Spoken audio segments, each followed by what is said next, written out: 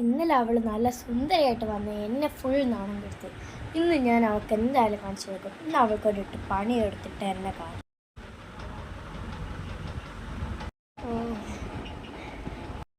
അവളെന്തായാലും അവിടെ ഇരിക്കുന്നുണ്ട്. ഓക്കെ, ഇപ്പം തന്നെ കാണുന്നു.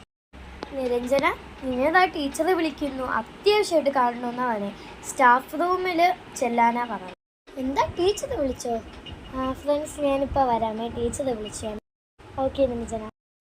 എന്താ ടീച്ചർ വിളിച്ചേ? ഞാൻ വിളിച്ചില്ലല്ലോ. അല്ല, അൽഫിയ പറഞ്ഞു ടീച്ചറെ വിളിച്ചെന്ന്. എന്തായാലും ഞാൻ വിളിച്ചിട്ടില്ല. അപ്പം എന്തായാലും വന്നതല്ലേ, ഇതാ ഈ ബുക്സും കൂടെ എടുത്തോളൂ. Okay teacher. ബുക്സ് എല്ലാം നല്ല വെയിറ്റ് ഉണ്ട്. ഞാനിവിടെ ഒളിച്ചിരിക്കുക. എന്നിട്ട് അവൾ വരുമ്പോൾ തന്നെ ഞാനവിടെ പേടിപ്പിക്കും. അവൾ വരുന്നു. ഞാനെന്തായാലും പെട്ടെന്ന് മാസ്ക് വരട്ടെ. നീ ബുക്സ് താഴെ ഇട്ടോ. ഞാൻ ടീച്ചറിനോട് എന്തായാലും കംപ്ലൈൻറ്റ്. അത് പിന്നെ നീ പേടിപ്പിച്ചോണ്ടല്ലേ. ഞാൻ പേടിപ്പിച്ചൊന്നുമില്ല, നീ തനിയെ പേടിച്ച് താഴെ വീഴ്ത്തിയതാ. എന്താ കുട്ടികളെ ഇവിടെ പ്രശ്നം? ഇതാ ടീച്ചർ വന്നല്ലോ. ഇനി നിന്റെ കാര്യം കഷ്ടത്തിലാവും. ടീച്ചർ, നിരഞ്ജന വെറുതെ ബുക്സ് താഴെ എന്നിട്ട് എന്നെ കുറ്റം പറയുക ആണോ നിരഞ്ജന? അല്ലേ ടീച്ചർ, ഞാൻ ഇങ്ങോട്ട് വന്നപ്പോൾ അൽഫിയ ഒരു മാസ്ക് വെച്ചിട്ട് എന്നെ പേടിപ്പിച്ചു. അപ്പോൾ പേടിച്ച് എൻ്റെ കയ്യിൽ നിന്ന് ബുക്സ് താഴെ പോയതാ.